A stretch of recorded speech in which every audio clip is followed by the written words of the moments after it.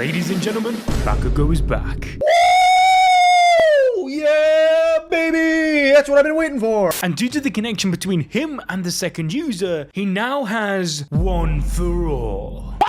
What the f? You heard me right. Bakugo's return has ushered in the end of one era and the beginning of another in the world of My Hero Academia, as it will be up to the next symbol of peace, Deku and his best friend, to stop the apprentice of the Demon King once and for all. It really does look like Edgeshot got his one moment of relevance in the entire story. This man actually went and did it. He healed our goat back to life. Because, if you don't remember, Bakugo's heart literally exploded. But that's all past us now, as he has awakened his quirk and has come to Deku's aid in his darkest moment, as All Might is finally at death's door. The prophecy of Nighteye from chapter 130 is manifesting into reality. Several people around the world are watching the battle and people have given up. The fear and loss of hope has destroyed any inkling of belief in the heroes. Basically, they'd rather be all for one's simp than die, perfectly encapsulating the juxtaposition of heroes and their place in society after the paranormal liberation war. Like, just look at these guys. They've returned back to their normal day-to-day life, wanting to bake pies, watch the news as if it's some sort of anime. The kid's reaction of wanting All Might to live is as though he's not even a real human being, but rather just a character on the screen. This feeling of dissociation and care for the heroes in their current situation highlights Shigaraki's ideology, where the world is living in delusion because heroes are always there to protect them from this dark reality. In his final moments, All Might reflects on his childhood, saying that it was very normal despite not having a quirk. He says it's not something he can call a proper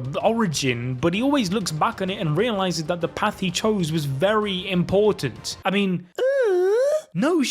He became the symbol of peace, the beacon of light for hero society. But I suppose those days are long gone, as Deku is freaking out whilst All For One holds All Might by his arms. He doesn't know what to do. His thoughts are completely clouded by anxiety and fear. All Might's childhood friend Tsukuichi begins to pray for anyone to save All Might, and his call is delivered as Bakugo makes his way back to the battlefield. Let's go!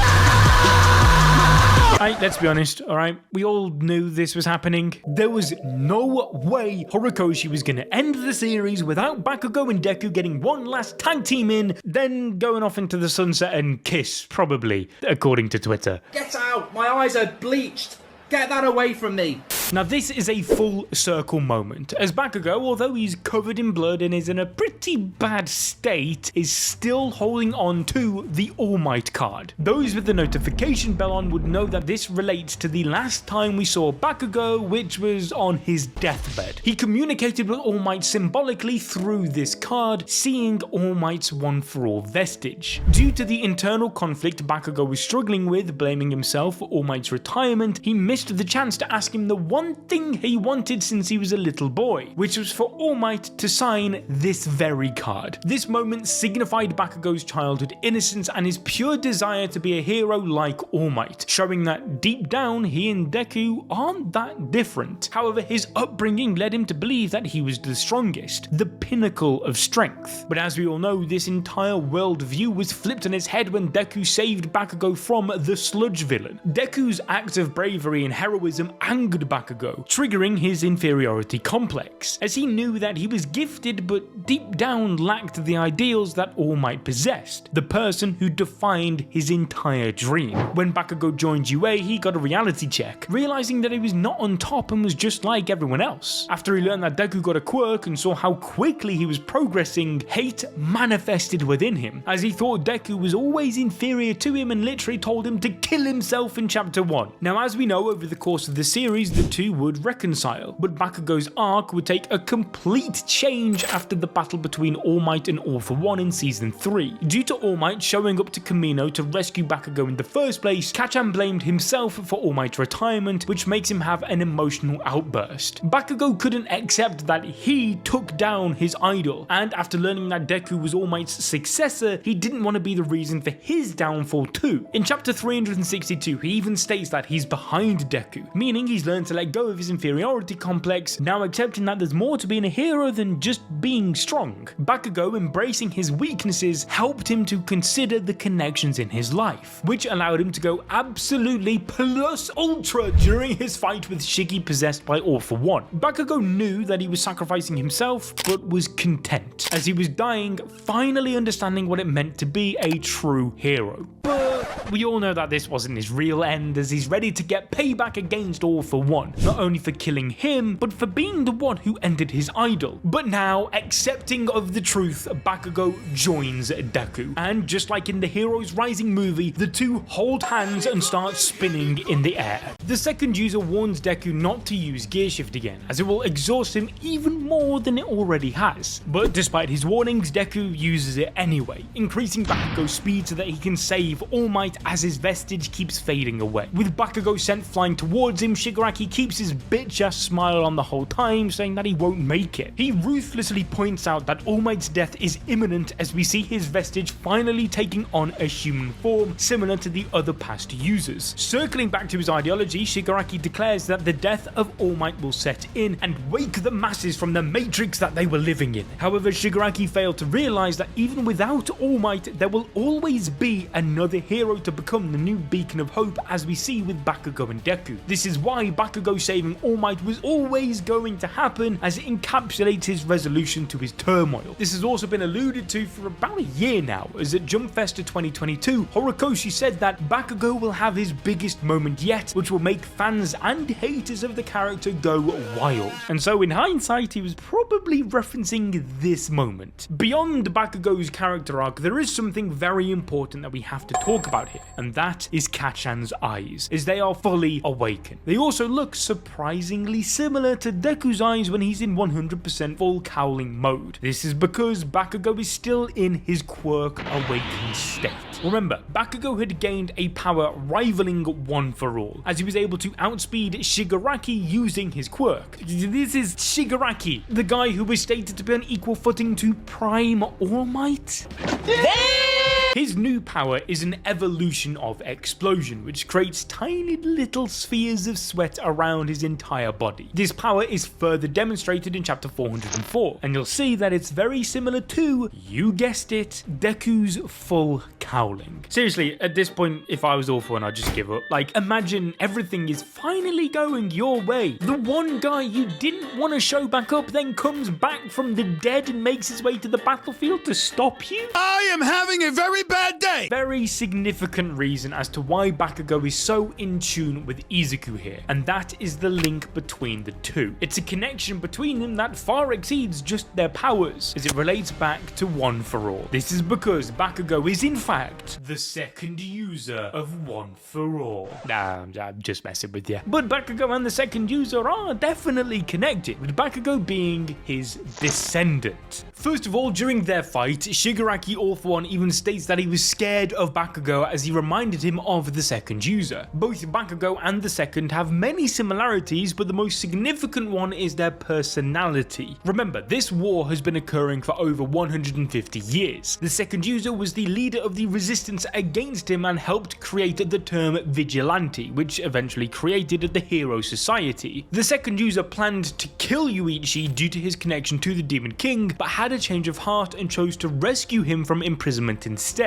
He gave out a helping hand to save Yuichi from his misery and was the primary fuel to boost his willpower to go up against his brother. This is a clash of wills. The only way All For One can steal the quirk is by overpowering it. Therefore, the parallels are seamless in chapter 404, as Deku's willpower was about to die out just like Yuichi's, but here comes Bakugo to perform the same act of heroism to bring out an outcome that defies destiny. He too has had a change of heart, quite literally symbolized through his old one exploding and receiving a new one from Edgeshot. Bakugo now understands his role as a hero, which reminds us of chapter 120, when it was stated that Deku and Bakugo can become the ultimate heroes, ones who save by winning and win by saving. This is why Deku doesn't believe he's giving up on victory if he uses gear shift once again. All of this connects to when All For One was scared witnessing Bakugo's awakening, as he was reminded of his worst enemy. All For One was crying whilst killing the second user, as opposed to his usual sadism when he was defeating one. It's implied to be due to him blaming the second user for the passing of his little brother Yuichi, but that's a minuscule detail compared to this. Bakugo's own DNA is inside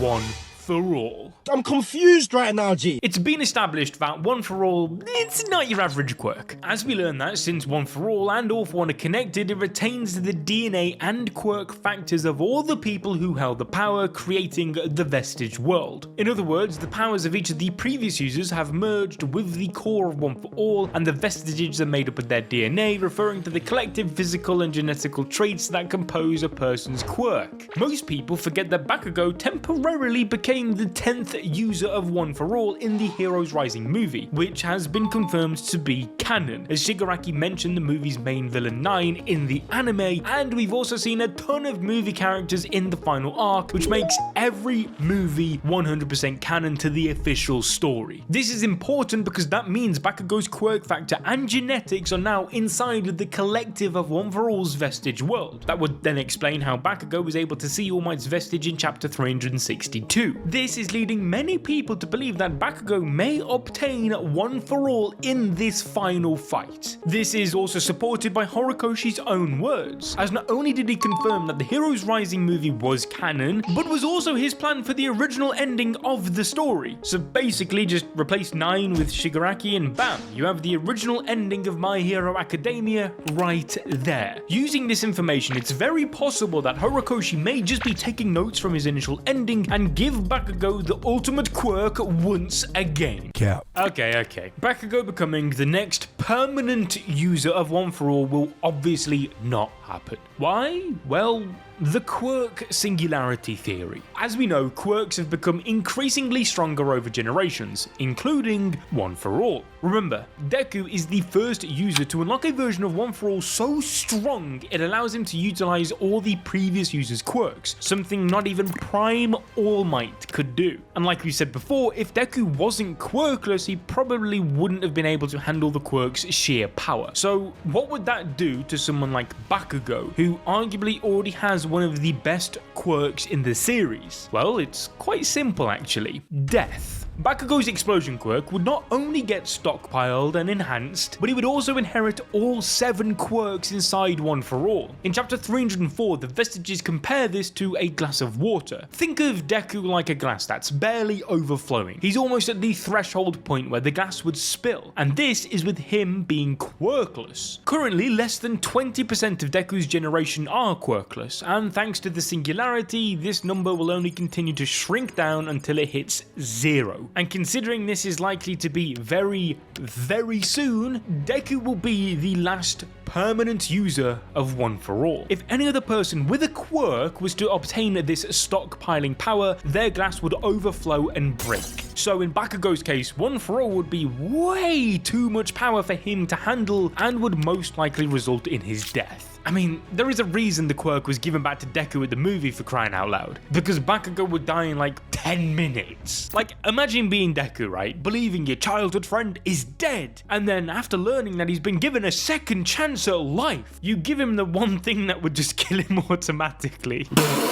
Okay, but saying that, there might be a way for Deku to actually pass on his quirk to Bakugo without him dying, which would be for All For One to be passed on to everyone. That's right, everyone, including Ida and Uraraka. And you see this no-name side character right here? Yeah, even him. The way this could work is to spread the power so that Deku's friends will be sharing the burden of One For All. Basically, rather than pouring an entire glass of water into another, Deku will just simply be sharing a single droplet of water in everybody's cup. Just think about it. The quirk's name is literally One For All. The clue is in the name. This will thematically complete the notion of friendship and teamwork whilst removing the idea that one man or person can save everyone else. The answer to Shigaraki's question will be that everyone needs to change collectively and help their nakama who are in need. However, as Bakugo is flying in the air, we then go all the way back to Nighteye's words about him wishing someone could change All Might's future. He mentions that that there's a sort of energy within thoughts, a strong desire to subvert a given future, and that as long as they're determined enough, someone can reshape that future into what they see fit. This is exactly what allowed Deku to save Eri, as everyone believed in that single future so strongly that the wishing energy was passed on to him, literally allowing Deku to make it a reality. This same wishing energy then comes true once again as Bakugo blows up both of All For One's arms and saves All Might. Now, whilst All Might has been given several death flags, it could be possible that Horikoshi has been foreshadowing a subversion of this outcome. Night-Eye's words represent a major theme of MHA, the idea of changing the future. All Might could